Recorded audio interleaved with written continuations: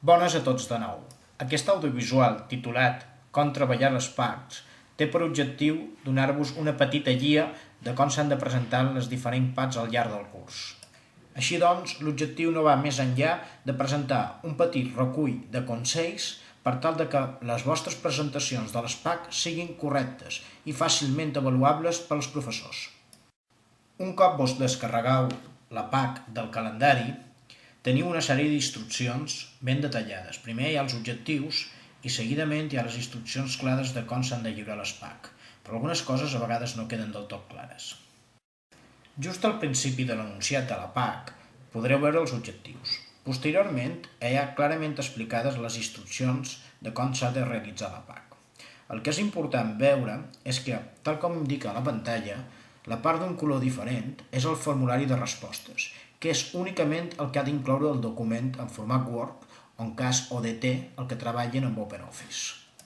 A més, l'arxiu ha de tenir un nom concret i establert. El teniu a la part superior de la pantalla. És el que inclou el número 01014, guion, el nombre de la PAC, guió, baix, RR i els vostres cognoms sense cap accent. Recordeu que únicament en aquest formulari s'han d'incloure les respostes concretes, sense desenvolupament, tan sols i únicament les respostes de les 3 proves. Per tant, no incloguis ni l'encapçalament WOC, ni les instruccions, ni l'enunciat. Però recordeu de posar el vostre nom i cognom dintre del formulari i solament els teus 2 cognoms en el nom de l'arxiu i sense accent. Addicionalment, al formulari heu de lliurar un arxiu complementari, concretament una fulla de càlcul on incloguin els desenvolupaments, els càlculs i els comentaris explicatius de la part pràctica de les PACs. El format de l'arxiu ho teniu a la zona central de la pantalla.